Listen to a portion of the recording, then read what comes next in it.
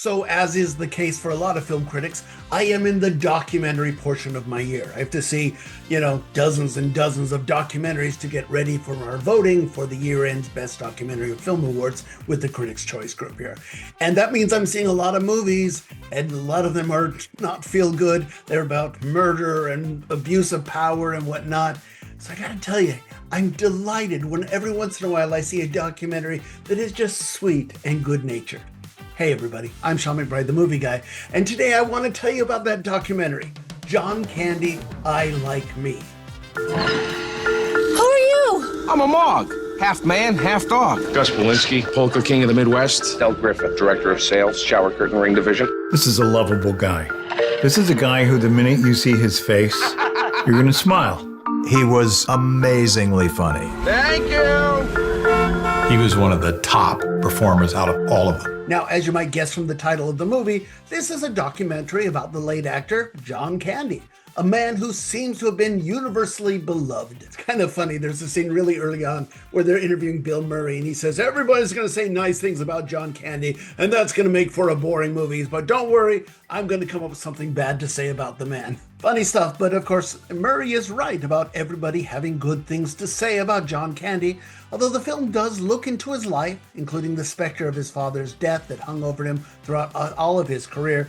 And plus, there are some things that maybe younger audience didn't know about, like the ownership of the Toronto Argonauts football team. So for a lot of people, John Candy was the funny big guy from those mostly family-friendly movies like Planes, Trains, and Automobiles, or Home Alone, or Uncle Buck, or maybe even Spaceballs.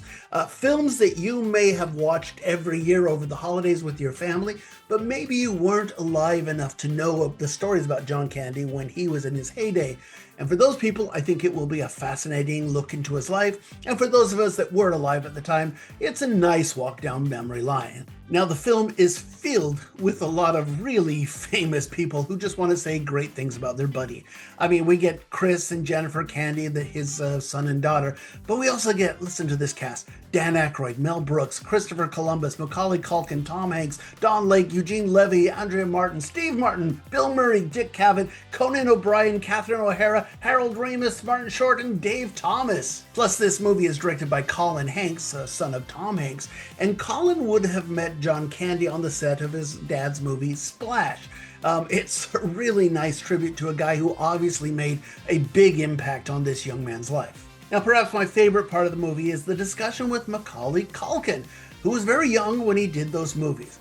And Macaulay saw John Candy as a surrogate father figure of sorts. And some of the things he says are just delightful and really sweet. It's a wonderful tribute when he says that more than anything, he wishes John was alive to meet his kids. I mean, it's just heartrending and very sweet. Now, not so sweet, the film does deal with John Candy's health and his worries that his father died when he was very young. He died on John Candy's, I believe it was his 5th birthday. And John Candy was always aware that there was this specter of death in his life because his family had a history of the men dying very young. And so he did try to get healthier. I mean, he's obviously a big guy, but he was a heavy guy as well. And he did try to lose weight, try to get healthier. And it's just kind of thrown at the end there, but I remember this rumor back in the day, the studios did not want him to lose weight.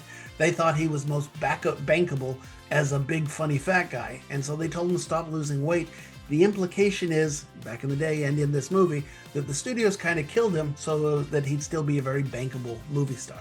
So that's a little depressing, but look, for the most part, this film is just delightful. It's a lot of movie stars lining up to say nice things about their friend who passed away way too soon.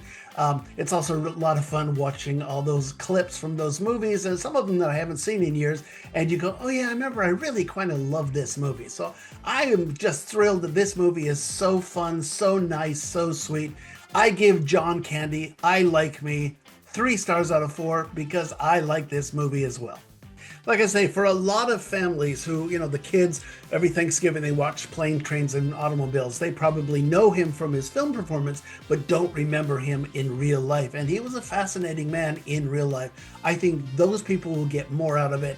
For those of us who are old enough to, have been there when he was making those movies, it's a nice trip down memory lane. But I really liked it. I just loved that it was sweet and good-natured, but that's me. Like I said, I'm in the middle of seeing a bunch of documentary films, many of which are not sweet and good-natured stuff. But hey, feel free to comment below because I want to hear all your thoughts on this movie. I hope you go check it out. It's playing on Amazon Prime right now.